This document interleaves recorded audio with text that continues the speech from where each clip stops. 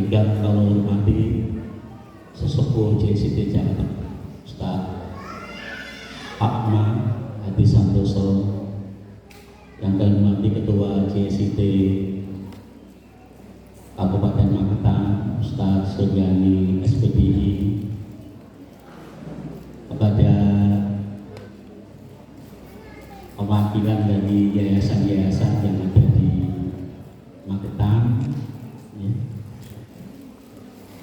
Para ustadz dan ustadzah yang dimuliakan oleh Allah Subhanahu wa Ta'ala. Assalamualaikum warahmatullahi wabarakatuh. Waalaikumsalam. Ketinggalan itu dijawab salam sedulur. Habis Ramadan makan ketupat,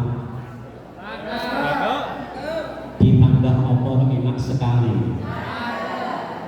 Diberi salam tidak semangat, maka mari kita ulangi sekali lagi.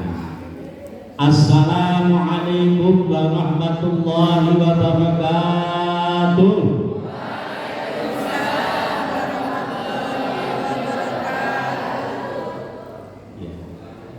Alhamdulillah, alhamdulillahilladzi haqqa hamdih, alhamdulillahilladzi syukur haqqa syukrih, alhamdulillahilladzi allafa baina qulubina fa asbahna bi ni'mati ikhwana, alladzi khalaqal mauta wal hayata liyabluwakum ayyukum ahsanu amala wa huwal azizul ghafur.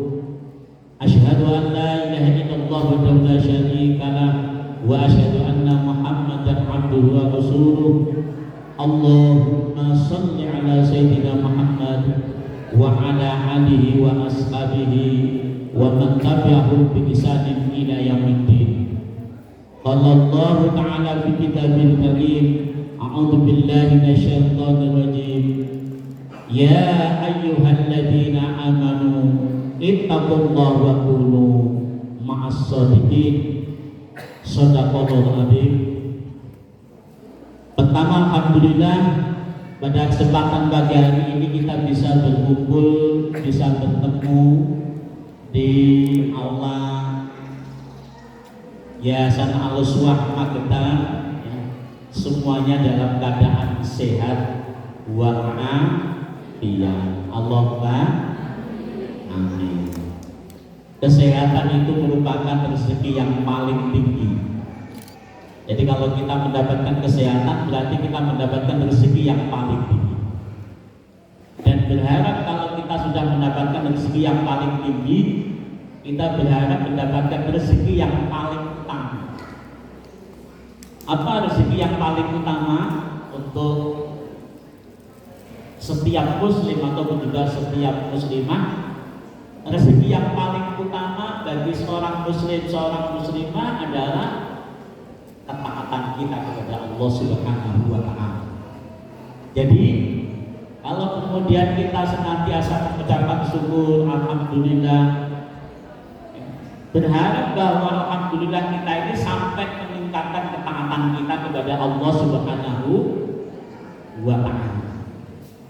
Jadi kita nonsen, ya. Kita mengatakan bersyukur tapi tidak nambah taatnya, berarti bahwa kita belum syukur secara sepenuhnya, ya. Karena kalau dalam konteks syukur, syukur itu pertama adalah meningkatkan ketaatan kita kepada Allah. Konteks yang kedua adalah kita bersyukur, berterima kasih kepada kedua orang tua kita. Dan kemudian yang ketiga adalah konteks syukur yang ketiga adalah ketika kita ini mensyukuri kebaikan-kebaikan dari orang lain yang dititipkan kepada kita. Kita bisa belajar ngaji karena dari guru ngaji kita. Kita bisa belajar dari yang namanya matematika dari guru matematika kita. Kita bisa belajar yang namanya bahasa Indonesia dari guru bahasa Indonesia kita, dan seterusnya. Pendek kata, banyak kebaikan yang dititipkan oleh orang lain kepada kita, ya, sebagai guru-guru kita. Maka Kalau ketiga terima kasih itu sudah ada pada diri kita, kepada Allah nambah taatnya, kepada orang tua kita tidak lupa, dan yang ketiga kita tidak lupa juga kepada yang namanya guru-guru kita, maka akan berlaku aksiomatik yang disampaikan oleh Allah di dalam surat Ibrahim, surat yang ke-14 di ayat yang ke-7, la in syakartum la azidannakum wa la in kafartum inna adzabi lasadi. Jadi konteks aksiomatik yang ada di dalam Al-Quran itu, ketika konteks syukur itu sudah ada 3 tadi. Kalau baru 1, ya berarti kita belum lengkap. Kalau baru 2, berarti pasti ada yang sisa. Maka jangan sampai lupa ketika kita nambah taat, mendoakan kepada kedua orang tua kita yang sudah meninggal dunia, tetap kita doakan. Ya, mungkin sehari bisa sampai berkali-kali, tidak cukup dengan 5 kali kita mendoakan orang tua kita. Ya, termasuk juga kepada yang namanya guru-guru kita yang mengajari kita, ya, dari alif ba sampai kemudian kita mengenal yang namanya kehidupan ini. Ustadz dan ustadzah yang dimuliakan oleh Allah Subhanahu wa Ta'ala, yang kedua tentunya tidak lupa salam dan salawat senantiasa kita berikan kepada junjungan kita Nabi Agung Nabi besar Nabi Muhammad Sallallahu Alaihi Wasallam, dan kepada keluarganya, kepada para sahabat dan juga kepada seluruh pengikut yang setia, insya Allah sampai kiamat nanti, amin ya rabbal alamin. Pada kesempatan ini, ya, kita ketika menjalani Ramadan, ya, setelah Ramadan kita mengenal, kalau di Magetan ini, ya, di Magetan, saya orang tua Magetan, ya, jadi saya sejak kecil, sejak umur 2 tahun sudah sering ke Magetan. Sejak umur 2 tahun sudah sering ke Magetan, ya. Dulu masuk Kecamatan Pateran, ya, sebelumnya masuk Kecamatan Kawadangan, sekarang desa yang ditinggali oleh bapak saya, kemudian buyut saya, itu sekarang masuk di Kecamatan Oromadu, ya, tepatnya di desa Briojo.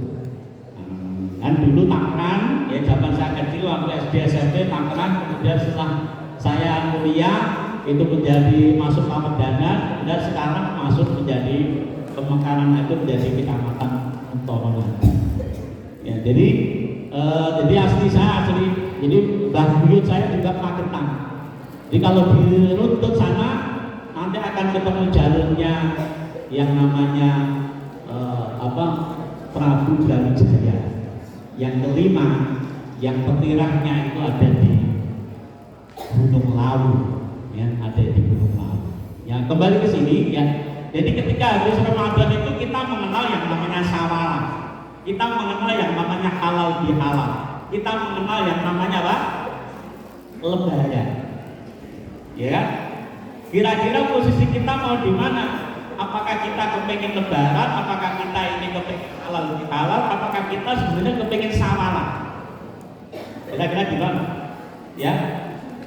Jadi kalau kita, ya, saya mengambil satu tema 8 filosofi upah. 8 filosofi upah, ya, karena ini adalah guru JSIT, termasuk para yayasan di JSIT, ya, tentunya saya kepingin mengambil yang namanya 8 filosofi itu, ya, kita lebih cenderung untuk mengambil yang sama, ya, mengambil yang sama, ya. Kalau sawalan itu apa artinya sawalan? Sawalan itu artinya apa? Sawalan artinya apa? Meningkat. Kira-kira pertanyaannya, ketika sawalan, ya, masuk lebaran, ya, kira-kira masyarakat kita ini secara keimanannya meningkat atau drop? Gimana, Bu? Drop, turun. Padahal maknanya itu setelah Ramadan kemudian harusnya sawalan naik. Karena nanti setelah itu Dzulqa'dah, setelah Dzulqa'dah Dzulhijjah, kemudian masuk Muharram, ya, kemudian ketemu lagi dengan Ramadan, ya, karena kita memaknai yang namanya sawalan itu bukan sawalan, tapi kita lebih memaknai yang namanya sawalan itu adalah lebaran. Kita lebih memaknai sawalan itu adalah apa? yang namanya halal bihalal. Kan begitu, ya. Padahal kalau kita kembali makna tentang sawalan, ya di sawalan, ya kalau saya katakan 8 filosofi kupat, ya, kenapa saya pilih angka 8? Angka 8 itu angka yang apa? Ya, kemana-mana itu sempurna, ya kan? Jadi ujung pangkalnya akan ketemu, itu namanya angka 8. Nah, maka saya mengambil yang namanya filosofi angka 8, ya. Kemudian 4 yang pertama apa? 4 yang pertama, ya. Jadi 4 pertama itu yang namanya kalau kita ini masuk, ya, itu yang pertama kita takbiran, ya, takbiran. Yang kedua berarti kita itu bayar zakat fitrah, ya. Kemudian yang ketiga kita sholat Idul Fitri, dan kemudian yang keempat kita apa? Silaturahmi. Berarti kalau kita ini menjalankan 4 yang pertama ini, ya 4 ini, kira-kira ini kalau malam Idul Fitri, malam tanggal 1 Syawal sampai kemudian 1 Syawal, kira-kira sudah cukup atau belum? Sudah cukup atau belum? Sudah cukup, gitu ya. Maka kemudian kita di hari yang kedua, kita sudah mulai Syawal, sudah nyaman, kan begitu kan? Kita sudah nyaman. Tapi apakah Ustadz ini sampai tanggal 27 Syawal ini ada yang belum selesai puasa Syawalnya yang 6 hari? Oh ada, ya, semoga bisa diselesaikan, ya kan? Tapi kalau kita kembali kepada maknanya, ya Syawalan itu berarti kita hari yang kedua sudah senyawa, dan kemudian nanti kita di hari yang ke-8 kita betul-betul namanya kupatan, ya kan? Jadi kupatan. Maka kenapa dulu filosofinya itu, ya, jadi kita itu sowan Pak Kiai, ya, kemudian kita nyampaikan, Pak Kiai, saya sudah menyelesaikan yang namanya puasa Syawal 6 hari. Adanya sang kiai ini nyuguhkan ada di situ kupat, di situ ada yang namanya apa? Opornya, di situ ada namanya apa? Apinya, kan begitu kan? Ini maksudnya di situ, ya. Karena kita ini sudah salah kaprah, ya akhirnya kemudian yang terjadi, ya puasa Syawal kita ini mundur-mundur, bahkan kita sudah sampai tanggal 27 belum, ya belum selesai. Jadi berarti kita akan kembali, ya, memaknai yang namanya setelah Ramadan itu adalah, ya. Maka puasanya, tilawahnya tidak kemudian mengurangi, tapi makin ditingkatkan, ya, makin ditingkatkan, ya. Jadi nanti secara bertahap, ya. Tentunya harus diawali dari apa? Dari konsep di sini, ya. Kemudian yang berikutnya, ya, yang kelima, Ustazah Isti, lanjutkan. 4 yang kedua Pak, saya mengibaratkan ini adalah nanti ada nganga ngekok, ya. Kalau tadi 4, ya sekarang ngekok. Nah, gitu ya, yang mudah, ya kan? Apa maksudnya, ya? Yang pertama itu adalah, ya, ngabenerake niat. Jadi sesungguhnya kenapa kok kita ini sowan kepada orang yang lebih tua? Kita istilahnya itu lebaran ke tempatnya Pak Fatma, Ustaz Fatma, gitu. Ya, maka disebut namanya kupat ngaku lepat. Maknanya kupat ngaku lepat apa? Sungkeman. Sungkeman itu kepada yang muda atau kepada yang sepuh? Kepada yang sepuh. Kenapa kok harus kepada yang sepuh? Ya, karena apa? Karena Ustaz Fatma pernah mengalami seperti Ustaz Suryani, tapi belum tentu nanti Ustaz Suryani sampai kepada Ustaz Fatma. Maka yang namanya kupat ngaku lepat itu kepada yang sepuh, menghormati yang tua. Yang kedua, kenapa kita? Yang kedua adalah kita minta ketulusan dari yang sepuh dengan doa-doanya. Boleh jadi yang namanya kita hebat, boleh jadi kita ini bisa duduk di sini karena doa-doa dari sesepuh kita. Maka kita kemudian akan datang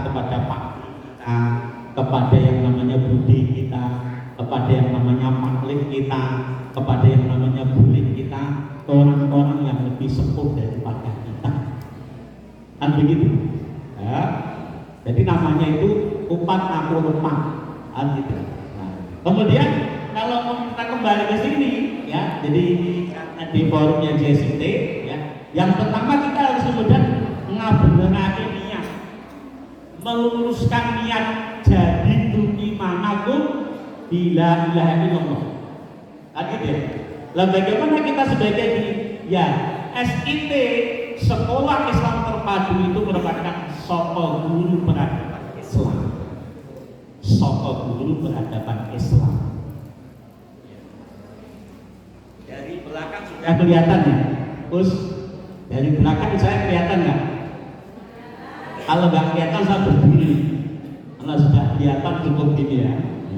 Ya, jadi kita ini sebagai guru, sebagai ustadz-ustadzah, sebagai yayasan, ya, posisi kita itu menjadi soko guru peradaban Islam. Tadi Ustadz Suryadi sudah menyinggung kita ini nggak demen-demen. Ini bahasa Magelannya nggak demen-demen, gitu ya? Betul ya, Ustadz Rizky ya? Ustadz Rizky ya, nggak demen-demen. Gitu. Ya kalau orang Solo bilangnya itu kita ini nggak cepete-cepete. Cepete-cepete itu atau pinggiran. Jadi kita ini menjadi soko guru peradaban Islam. Ya. Karena kita ini bicara tentang peradaban Islam, apa makna peradaban Islam? Ya. Ya. Jadi apa makna peradaban Islam? Ya. Jadi peradaban Islam dalam bahasa Qur'annya namanya hadroh. Hadroh. Ketika kita bicara peradaban Islam berarti kita bicara tentang Qisasul Anbiya. Ya, maka dari 25 rasul yang disebutkan oleh Allah dalam Al-Qur'an, 24-nya kita akan membuka dari lembaran-lembaran Qisasul Anbiya. Khusus Rasulullah Shallallahu Alaihi Wasallam kita akan bicara tentang sirah Rasulullah Sallallahu Alaihi Wasallam. Dan kemudian yang ketiga, ketika kita bicara peradaban, berarti kita bicara tentang tarikh, bicara tentang yang namanya sejarah. Ya, bicara tentang sejarah. Jadi kalau kita bicara tentang yang namanya peradaban, itu bahasanya itu hadir. Bicara hadir. Ya. Kenapa kok hadir? Hadir itu maknanya apa? Firman Allah Subhanahu wa taala. Lanjutkan Ustazah Isti. Nah, kita masih ingat wa kadzalika ja'alnakum ummatan wasatan. Jadi kita ini dijadikan oleh Allah Subhanahu wa taala untuk menjadi ummatan wasatan. Apa makna ummatan wasatan itu? Kalau saya mengambil terjemahan dari Departemen Agama, menjadi ummatan wasatan, menjadi umat yang adil. Ya. Setelah saya membaca beberapa literasi disebutkan, ya, yang namanya ummatan wasatan itu adalah umat yang dinamis, umat yang terus berkembang, ya, itu adalah umat Islam. Ya, di umat Islam itu adalah umat yang terus berkembang, dinamis. Ya, maka ketika kita menjadi yang namanya pemimpin peradaban, berarti kita yang pertama harus hadir di tengah-tengah masyarakat. Hadir di tengah masyarakat. Yang kedua, kalau kita kepingin menjadi pemimpin peradaban, berarti kita harus bisa menjadi wasit. Menjadi apa dulu, Pak? Wasit. Kira-kira menjadi wasit itu berat atau susah? Oh susah kalau ya. Terus Ya kan?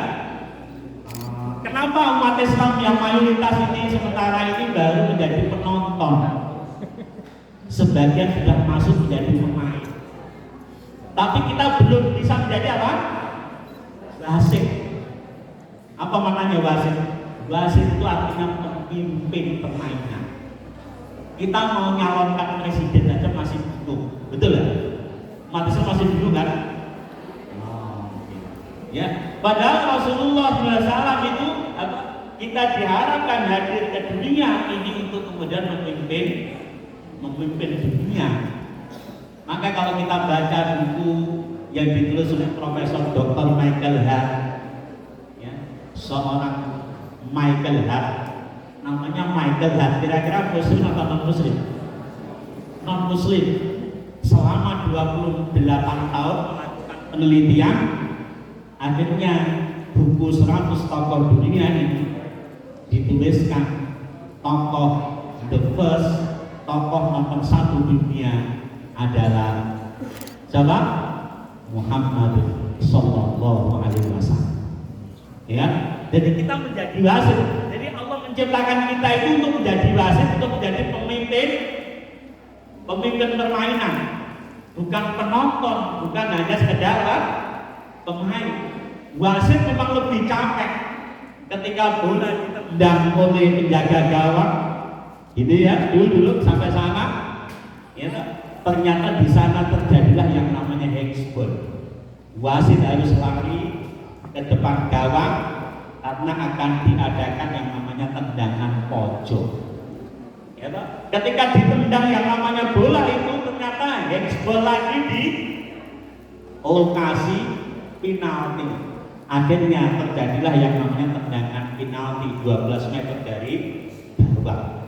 Ya, 12 meter kemudian yang namanya wasit harus berlari untuk membersihkan, mensterilkan seluruh pemain tidak boleh ada di dalam lokasi penalti. Jadi ketika jadi wasit itu kan sebenarnya wasit itu lebih capek daripada pemain, lebih capek daripada apa? Penonton. Kalau penonton itu bisanya apa? Ngobrol, maidu, apa lagi? Madani, apa lagi? Medeni, apa lagi? Madoni, betul ya? Maidu, madani, medeni, madoni, madani, termasuk medeni. Mantep mangan mayu merotua muni mantu minggat mayu. Ya, jadi kembali ke sini ya. Jadi kita ini diciptakan oleh Allah untuk menjadi pemimpin permainan. Ya, karena menjadi peradaban, pemimpin peradaban. Jadi kita ini capek, ya. Jadi kita capek. Ya. Kita sudah pulang, ya, berangkat pagi, pulang sore, berangkat pagi, pulang sore, ya, sampai di rumah kita harus kemudian ngisi apa?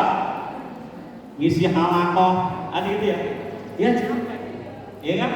Tetapi itulah kalau kita kepengen menjadi yang namanya pemimpin permainan, pemimpin peradaban. Ya, apalagi guru di SD, ya kan? Memang sungguh berat. Saya juga guru.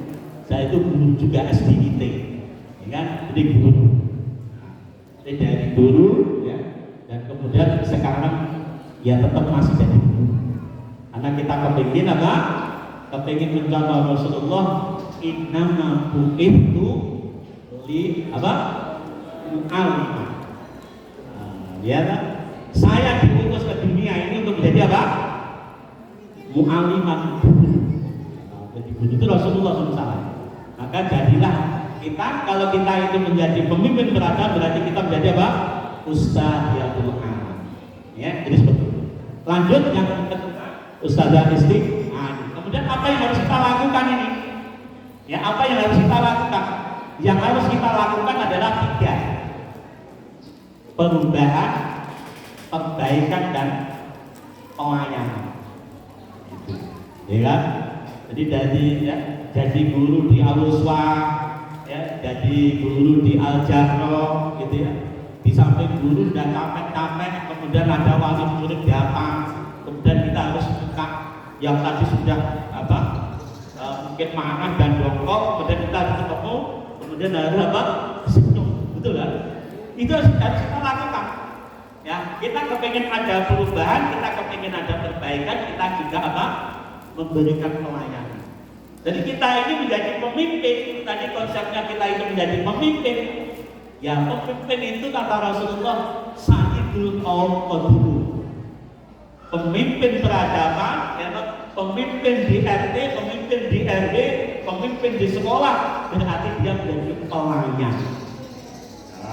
menjadi apa? Menjadi pelayan. Maka kita ini capek.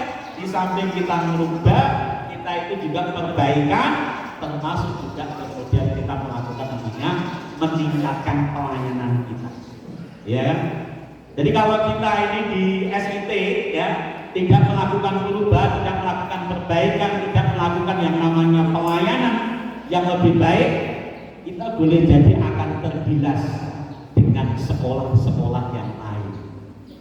Ya, ada sekolah-sekolah yang lain yang terus itu sabar mengembang. Jadi kita harus terus melakukan perubahan, melakukan perbaikan sekaligus yang namanya pelayanan. Dia pelayanan, ya kan? Ya tentunya untuk melakukan perubahan kita harus punya cita-cita yang tinggi, ya. Cita-cita tinggi kita ini banyak, ya kan?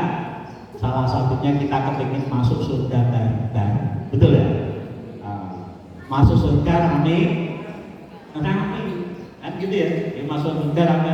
Jadi artinya bahwa kita melakukan perubahan, ya tentunya untuk mencapai cita-cita yang tinggi membutuhkan pengorbanan yang besar. Butuhkan pengorbanan yang besar. Kita berangkat pagi, ya kan? Di Aluswa, kebetulan di sana di Masmati atau mungkin di Karangmojo sana di barat, ini cukup jauh, ya. Atau mungkin perbatasan dengan Ngawi sana di Glodok, ya, di pabrik Glodok sana, nah, cukup jauh ini. Nah, ini butuh pengorbanan. Jadi ada yang kita lakukan, ada perubahan, perbaikan sekaligus juga pelayanan, ya gitu. Jadi termasuk yang saya sampaikan kepada teman-teman di yayasan, ya itu harus dimulai dari yang namanya yayasan. Karena penanggung jawab, ya merah hitamnya, merah hijaunya sekolah itu adalah dari yayasan. Karena secara hukum penanggung jawabnya adalah apa? Yayasan. Ya. Lanjut, yang kedua, ya. Yang kedua apa? Yang keenam ini, ya, yang keenam adalah ngakai paseduluran. Ngakai paseduluran. Ya. Kita ini punya musuh satu sudah terlalu banyak. Kita punya teman 1000 masih kurang banyak. Ya gitu ya. Jadi 1000 teman itu masih kurang banyak. Maka kita harus ngakai paseduluran. Apa maksudnya? Untuk kita merealisasikan yang namanya visi, dilakukan kerjasama di berbagai elemen umat, ya kan? Kita di sini ada yang menyekolahkan dari Kapolres, di sini ada Wakapolres, ada anggota dewan. Ini harus kemudian kita jalin, kita kuatkan, ini menjadi potensi umat yang luar biasa. Maka kita harus kemudian ngakai paseduluran, yaitu boleh jadi nanti anak-anak kita ada masalah, yaitu ada masalah urusan dengan polisi, karena di sini ada Kapolres, kita kemudian ketemu langsung, ya bisa kita selesaikan, tidak perlu harus kemudian ke meja hijau gitu ya. Maka kita harus memakai paseduluran, ya. Jadi kalau saya datang ke Trenggalek, saya datang ke Pacitan, saya datang ke Jember, saya akan datang ke Banyuwangi, saya akan datang ke Situbondo, saya akan datang ke Surabaya, ke Gresik, ya, ke Tuban, ya, dan seterusnya. Semuanya itu ada saya, jadi saya nggak ada masalah. Jadi ketika nanti saya ke Surabaya juga ketemu teman-temannya, teman-teman saya kira-kira apa? Apa yang kemudian pakai kopiah? Enggak. Ketika saya ketemu ke Surabaya, ternyata saya ditemui oleh seorang apa? Yang bertato, ya, bertato, ya. Kemudian sedikitnya sedikit dia adalah apa? Pemimpin preman di situ. Kan gitu ya. Jadi kalau saya ada masalah di Surabaya, kecopetan, ya saya datang kontak teman saya.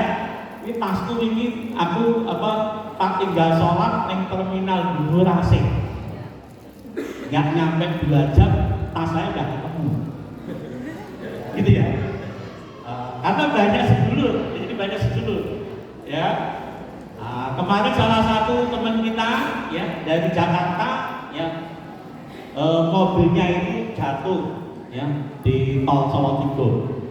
Karena tol Solotigo pas lebaran, jadi tanggal 2 Syawal Akhirnya saya kontak yang di Boyolali, kontaknya Salatiga, kemudian satu keluarga dimasukkan ke hotel, yang penting aman dulu, ya semuanya sehat, yang penting carikan travel untuk menuju Jakarta.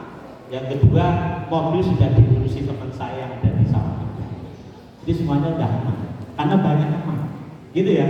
Kita juga begitu. Kita ini stakeholder kita manfaatkan dengan sebaik-baiknya, karena perseduluran kita itu harus banyak.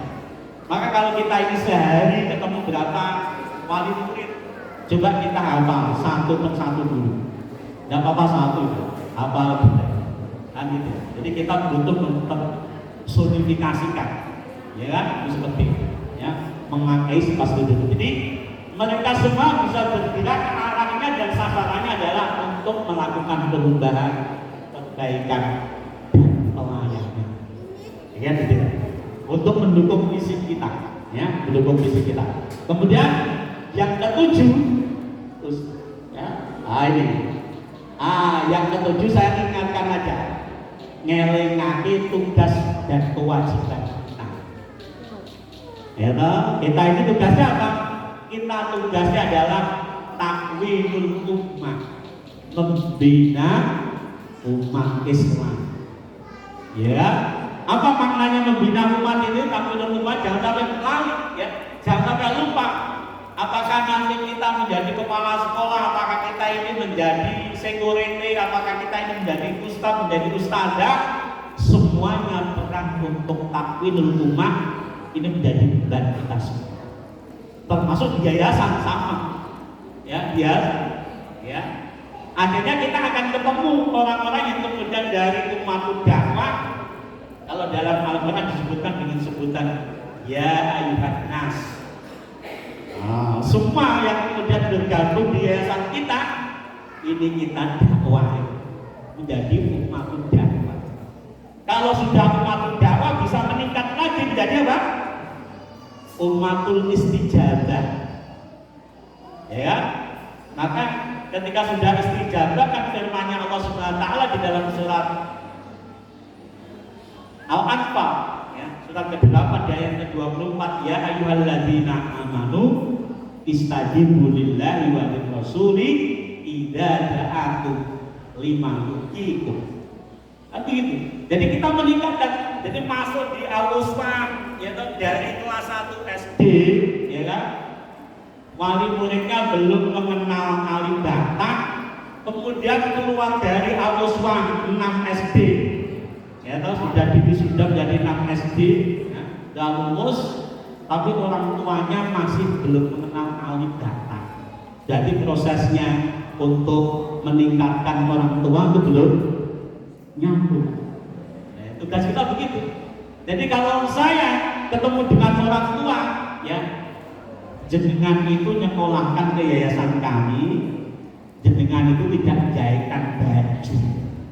Kalau jahitan baju, jenengan bawa kain, bawa bakal, diserahkan bayar duit 100.000 jadi. Tapi saya ini menerima jenengan, ya kita bersama-sama. Saya mendidik anak jenengan, harapannya menjadi baik, tapi kita berharap bapak ibu juga tambah baik. Begitu ya? Kira-kira wawancaranya sudah begitu belum? Sudah begitu belum? Oh, sudah ya? Sudah sebagian 80%. Jadi begitu. Jadi kita meningkat, jadi yang kemudian tambah baik bukan mereka saja, termasuk apa? Orang tuanya. Gitu ya. Tapi yang terjadi kadang-kadang kalau orang tua itu malas kalau diundang parenting, betul ya? Kadang-kadang juga dipasrahkan ibunya aja, ya. Nanti sampaikan aja di yayasan, wajib yang datang bapak dan ibunya, gitu.